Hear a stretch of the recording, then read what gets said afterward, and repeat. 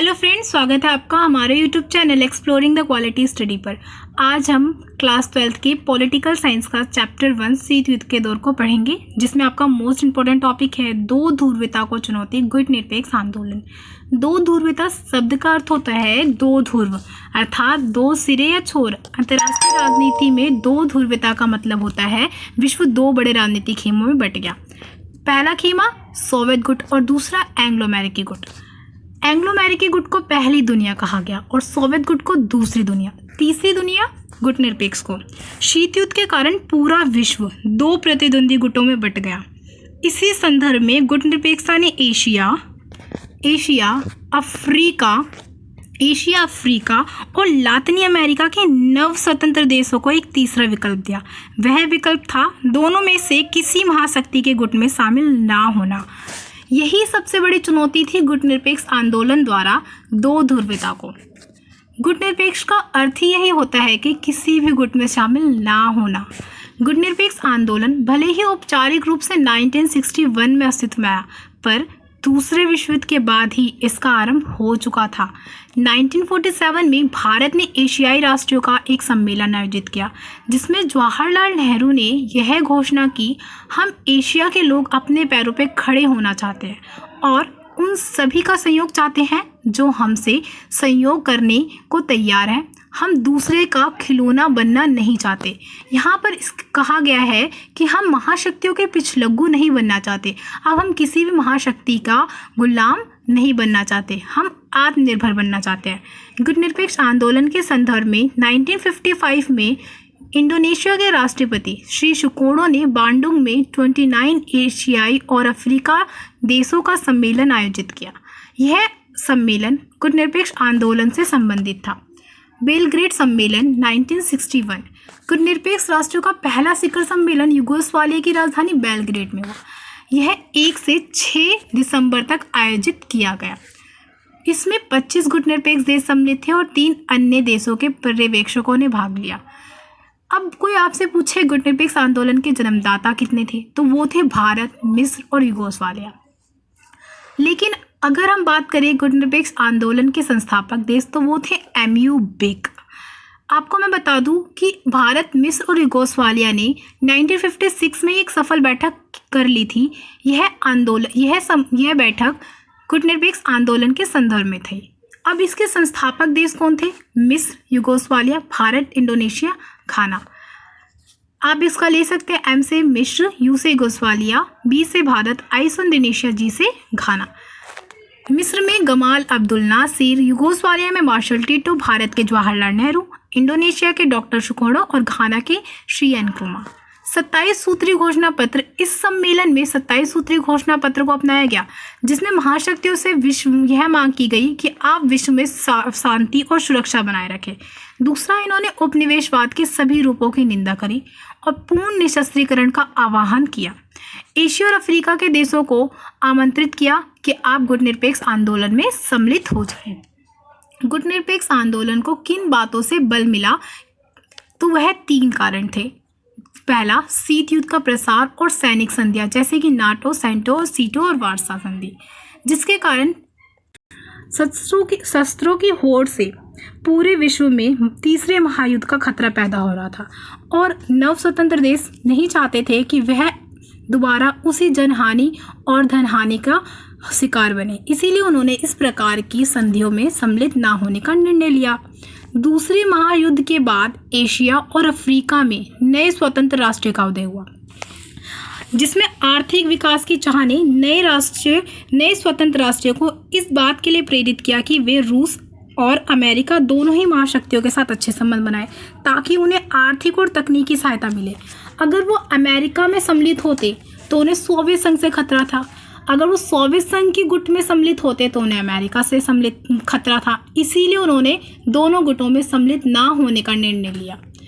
तीसरा यह था कि गुटनिरपेक्ष आंदोलन के संस्थापक नेताओं के बीच गहरी मित्रता थी। इसके कारण क्या हुआ कि अंतर्राष्ट्रीय परिस्थितियों को अच्छे तरह से संभालकर गुटनिरपेक्ष आंदोलन को मजबूती प्रदान की गई। गुटनिरपेक्षता का अर्थ और इस आंदोलन के प्रमुख लक्षण। गुटनिरपेक्षता कोई निष्क्रिय सिद्धांत नहीं है। इसका अर्थ है चुप्पी लगाकर किनारे बैठ जाना भी नहीं है। यह मानना गलत होगा कि गुटनिरपेक्षता को अंतर्राष्ट्रीय राजनीति में कोई दिलचस्पी नहीं होती, बल्कि गुटनिरपेक्षता किसी भी राष्ट्रीय राज्यों के समूह के साथ संयोग और संयोग का रास्ता नहीं रोकता, बल्कि सभी राष्ट्रों के साथ शांति और मैत्री के संबंध को बढ़ाने की कोशिश करता है। दूसरा कि गुटनिरपेक्षता को कहा जाता है कि वह तटस्थता की नीति है, परंतु गुटनिरपेक्षता इससे बिल्कुल विपरीत है। पहले तो मैं आपको बता दूं कि तटस्थता का क्या मतलब होता है। इसका मतलब होता है कि युद्ध छिड़ जाने पर तटस्थ राष्ट्र युद्ध से अलग हो जाते हैं और युद्ध को रोकने के भी प्रयास नहीं करते और ना ही सही गलत हो रहे मुद्दों पर अपनी राय रखते हैं। आपको मैं बता दूं कि गुटनिरपेक्षता इससे बिल्कुल विपरीत था। आपको मैं बता दूं कि जो गुटनिरपेक्ष में शामिल भारत युद्ध में शामिल भी हुआ है और युद्ध को रोकने की भी कोशिश की है। तो आप ये नहीं कह सकते कि गुटनिरपेक्षता तटस्थता की नीति को अपनाता है। उसके बाद हम बात करते हैं पृथकवाद। पृथकवाद का मतलब होता है कि अपने आप को पूरे अंतर्राष्ट्रीय मामलों से अलग थलग करना, परंतु गुटनिरपेक्षता इससे भी विपरीत था। आपको मैं एक एग्जांपल दे दूं। 1787 में अमेरिका में स्वतंत्रता की लड़ाई हुई थी। इसके बाद से ही पहले विश्व युद्ध के आरंभ तक अमेरिका अपने को अंतर्राष्ट्रीय मामलों से काट कर रखा। उसको पृथकवाद कहा गया और इसको पृथकवाद की विदेश नीति अपनाई थी किसने? अमेरिका ने। परंतु गुटनिरपेक्षता ने यह नहीं अपनाया, बल्कि इसके विपरीत गुटनिरपेक्षता देशों ने, जिसमें भारत भी शामिल है, शांति और स्थिरता बनाए रखने की प्रतिद्वंद्विता गुटों के बीच मध्यस्थता में सक्रिय भूमिका निभाई। वह नहीं चाहता था कि वह दोनों गुटों में से किसी भी एक गुट में शामिल हो, ताकि पूरे विश्व में वही प्रतिद्वंद्विता का भाव पैदा हो। इसीलिए वह नहीं चाहता था कि किसी भी गुट में सम्मिलित होकर वह अपने ऊपर खतरा मोड़ ले। चौथा, गुटनिरपेक्षता का अर्थ है विभिन्न सैन्य संगठनों से अलग रहते हुए प्रत्येक प्रश्न का निर्णय उसके गुण दोषों के आधार पर करना। पांचवा, किसी भी बड़ी ताकत का पिछलग्गू बन जाना गुटनिरपेक्षता नहीं था। अब आपको मैं बता दूं कि गुटनिरपेक्ष आंदोलन के उद्देश्य क्या थे। साम्राज्यवाद और उपनिवेशवाद का उन्मूलन करना, मतलब पूरी तरीके से वह साम्राज्यवाद और उपनिवेशवाद का घोर विरोध करते थे। अंतर्राष्ट्रीय शांति और सुरक्षा को प्रोत्साहन देना, नस्लीय भेदभाव और रंग भेदों का अंत, पूर्ण निशस्त्रीकरण, विशेषकर परमाणु शस्त्रों का घोर विरोध किया गया। यहाँ पर परमाणु शस्त्रों का घोर विरोध इसलिए किया गया, अगर परमाणु युद्ध होते हैं तो वो केवल एक देश को ही हानि नहीं पहुंचाता, बल्कि ये पूरे विश्व पर इसका प्रभाव देखने को मिलता है। पांचवा, संयुक्त राष्ट्र संघ के शांति प्रयासों तथा अन्य कार्यों को प्रभावी सहयोग देना, कि यूएनए द्वारा अगर कोई भी शांति के प्रयास किए जाएंगे या कोई भी अन्य कार्य करे जाएंगे जो कि पॉजिटिव है और सकारात्मक है, तो हम उसको सहयोग करेंगे। छठा, नई अंतर्राष्ट्रीय आर्थिक व्यवस्था की स्थापना, पर्यावरण संरक्षण के लिए विश्व सहयोग तथा मानवाधिकारों को लागू करना। उसके बाद हम देखेंगे कि गुटनिरपेक्ष आंदोलन का विकास। गुटनिरपेक्ष आंदोलन के नेता विश्व से जुड़ी समस्याओं का समाधान हर तीसरे वर्ष मिलते हैं और उस पर चर्चा और वाद विवाद करते हैं, ताकि उससे पर्यावरण से रिलेटेड कोई भी बात हो, आतंकवाद से रिलेटेड कोई भी बात हो या मानवाधिकार से रिलेटेड कोई भी बात हो, उस पर चर्चा करके उसका सल्यूशन करने की कोशिश करते हैं। समय समय के साथ गुटनिरपेक्ष राष्ट्रों की सदस्य संख्या भी बढ़ती गई। आप देख सकते हैं कि बेलग्रेड में संपन्न पहले शिखर सम्मेलन में केवल 25 सदस्य देश थे, और वहीं आज 2006 में 14वें सम्मेलन में देखें तो उसकी संख्या बढ़कर 166 सदस्य हो गए और 15 पर्यवेक्षक देश, जिसमें गुटनिरपेक्ष देशों ने प्राय इन विषयों पर विचार विमर्श किया, जैसे कि जलवायु परिवर्तन, खाद्य सुरक्षा, मानवाधिकार और आतंकवाद जैसे कई विषयों पर चर्चा करें। इन विषयों को ज़्यादा महत्व दिया गया। भारत को लाभ गुटनिरपेक्षता से। भारत को कई लाभ हुए गुटनिरपेक्षता से। पहला, आप देख सकते हो कि भारत अंतर्राष्ट्रीय फैसले स्वतंत्र होकर ले पाया, अपने हितों को ध्यान में रखकर फैसले ले पाया, पुनः गुलाम होने से बचा और नए स्वतंत्र बाकी देशों को भी बचाया। अंतर्राष्ट्रीय स्तर पर नई पहचान मिली, रूस जैसी महाशक्ति के साथ अच्छे संबंध बनाए और दोनों महाशक्तियों का समर्थन मिला, क्योंकि वह दोनों में से किसी भी गुट में सम्मिलित नहीं हुआ था, तो उसे किसी भी गुट से खतरा नहीं था। गुटनिरपेक्षता की नीति की आलोचना भी हुई। कई आलोचकों ने भारत विदेश नीति की दो प्रमुख आधारों पर आलोचना की। प्रथम तो यह था कि गुटनिरपेक्षता की नीति को अपनी शक्तिहीनता और विवशता यानी मजबूरी को छिपाने के लिए किया, और दूसरा यह बोला जा रहा था कि अमेरिका के प्रति रूखा व्यवहार और सोवियत संघ के प्रति नरमी का व्यवहार। यह आरोप लगाया गया कि अब जब 1971 में भारत रूस के बीच मैत्री संधि हुआ तो यह बताया गया कि भारत गुटनिरपेक्षता की ढाल ओढ़कर सोवियत संघ के गुट में शामिल हो चुका है, और यह पूरे विश्व को यह धोखा दे रहा है कि वह गुटनिरपेक्षता की नीति को अपनाता है। तो इसके संदर्भ में भारत ने भी अपने तरफ से कुछ कहा। वह था, पहले तो भारत ने यह कहा कि हमने गुटनिरपेक्षता की नीति इसलिए अपनाई क्योंकि शीत युद्ध की वजह से हथियारों का भंडार लगातार बढ़ता जा रहा था, और हम नहीं चाहते थे कि एशिया और अफ्रीका के विकासशील देश खाद्य पदार्थों, शिक्षा और स्वास्थ्य जैसे ये चीज़ों के बजाय अपने संसाधनों का इस्तेमाल हथियारों पर बर्बाद करें। और दूसरा उन्होंने ये कहा कि हम अमेरिका और रूस के पिछलग्गू के रूप में नहीं बल्कि एक आज़ाद राष्ट्र की हैसियत से सभी निर्णय ले रहे हैं।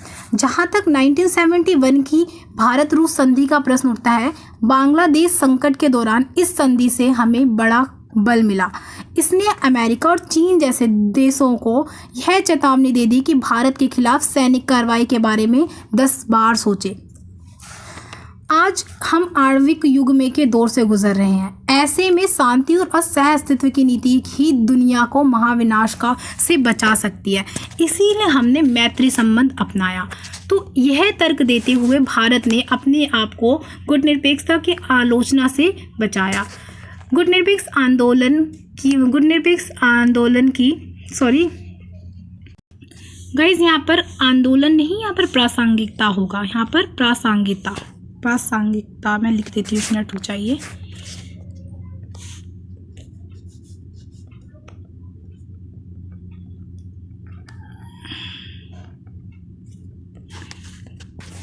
ये नहीं होगा इसकी जगह। तो देखिए यहाँ पर बोला जा रहा है गुटनिरपेक्ष आंदोलन की प्रासंगिकता।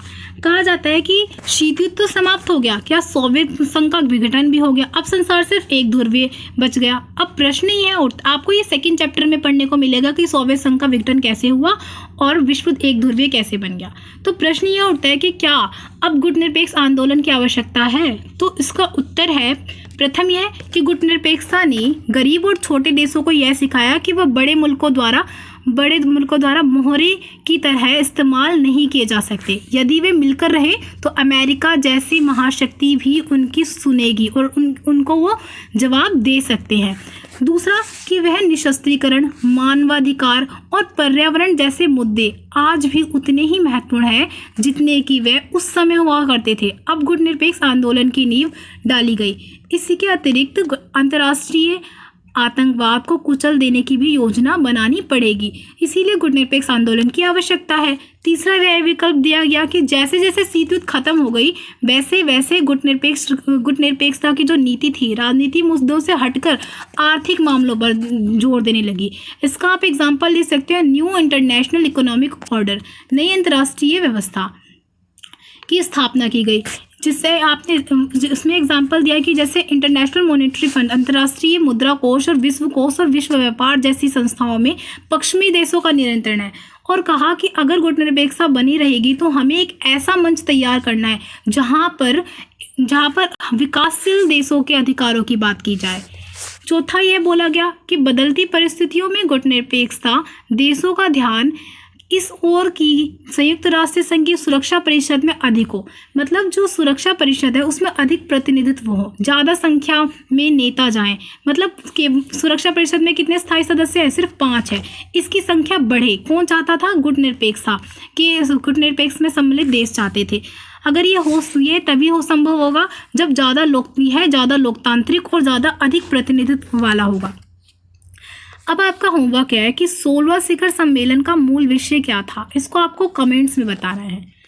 गुटनिरपेक्ष आंदोलन की कमियां भी रही हैं। पहला कि गुटनिरपेक्ष देशों में आपसी झगड़े और युद्धों के कारण गुटनिरपेक्ष आंदोलन की प्रतिष्ठा में क्षति पहुंची है। जैसे आपने देखा होगा भारत और पाकिस्तान के युद्ध होते रहते हैं और तंजानिया और युगांडा के बीच जो कई लड़ाइयाँ लड़ी गई दूसरा कि गुटनिरपेक्ष संगठन में मेल मिलाप की कमी है। और अफगानिस्तान के इसका एग्जाम्पल ले लो आप, अफगानिस्तान में संकट की स्थिति।